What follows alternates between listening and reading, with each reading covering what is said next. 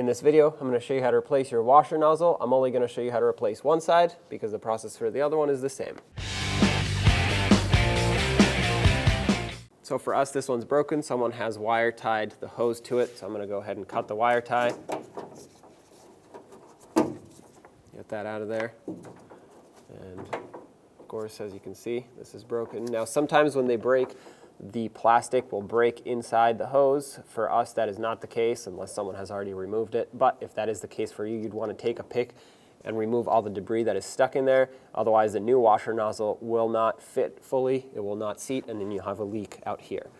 So now, you'll want to grab either a little screwdriver or some pliers. I prefer pliers because I can grip onto both ears at once. Squeeze these two tabs, and the washer nozzle should pop out the other side of the hood.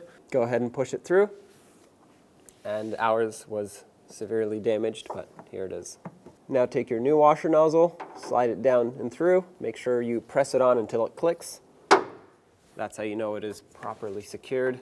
And put the hose on. Make sure you seat it all the way fully until it bottoms out. Don't press too hard on it because you don't want to break that little fitting. And now you would just go ahead and do the same to the other side if you need to. If not, test out your washer nozzle. When only the best will do, demand TRQ. The only company that lets you view before you do.